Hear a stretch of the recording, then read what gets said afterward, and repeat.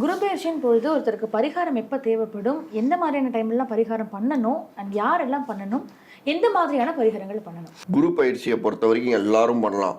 யார் எது பண்ணாலும் நல்லது வந்து சேர்ந்துரும். இவங்க தான் பண்ணணும் அவங்க தான் பண்ணணுங்கிறதெல்லாம் கிடையாது. ஆனால் பரிகாரம் பண்ணினா உடனே நல்லது நடக்குங்கிறதும் கிடையாது. கொடை மாதிரி தான். நம்ம எப்படி வந்து ஒரு பரிகாரம் எப்படிங்கிறது வந்து ஒரு விதியை மாற்றிடாது, ஆனால் விதிக்காக காப்பாற்றி விடும் அப்படிங்கிறது மட்டும்தான். ஸோ அப்படி இருக்கும்போது யாருமே தட்சிணாமூர்த்திக்கு ஃபஸ்ட்டு போய் செய்யக்கூடாது. தட்சிணத்தை நோக்கி இருக்கிறவர் தட்சிணாமூர்த்தி, தெற்க நோக்கி இருக்கிறவர்.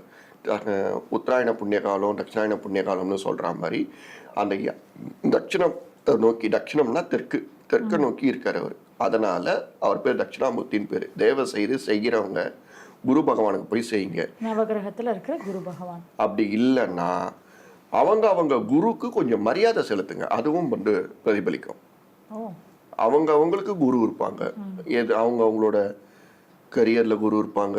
அப்படி இல்லைன்னா வந்து ஜாபில் வந்து படிப்பில் குரு இதில் இருப்பாங்க. கற்றுக்கிற இடத்துல ஒரு குரு இருப்பாங்க. எல்லா வித்தைகளுக்கு குரு இருப்பாங்க. அவங்களுக்கு மரியாதை செலுத்தினாலே அது வந்து ஓரளவுக்கு சேரும். ஓகே. இந்த மாதிரி இப்போ கோயிலுக்கு போய் பரிகாரங்கள்லாம் செய்கிறாங்களா? என்னென்ன மாதிரியான பரிகாரங்கள்லாம் தேவைப்படும், அண்ட் எப்படி செய்யணும்? அதுதான் நான் சொல்லிட்டேன். ஜோதி மட்டும் போதும். ஜோதி மட்டும் வந்து விளக்கு ஏற்றிட்டு வந்தாலே போதும். கொண்டக்கடலை வந்து காலையில் 6 மணிக்கு, வியாழக்கிழமை 6 மணிக்கு நம்ம ஊற வச்சு நம்மளே சாப்பிட்டாலும் குருவோட விஷயம் கிடைக்கும். ஆனால் ரொம்ப வந்து நம்ம அதை செய்ய போய் ரொம்ப ஒரு விஷயத்தை செய்ய போய் இது கிடைக்கலையேன்னு வருத்தப்பட்டு இருக்கக்கூடாது.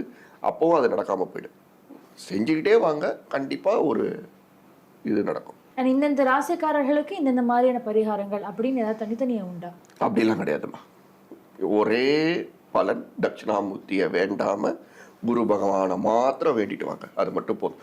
இந்த குரு பகவான் இந்த ராசிக்காரங்களுக்கு இந்த சாமியை போய் வேண்டுங்க, இந்த இதுக்கு இந்த சாமியை போய் வேண்டுங்கன்னு யாரையும் நம்ம குழப்ப வேண்டாம். தேவ செய்து 2 விஷயம்தான்.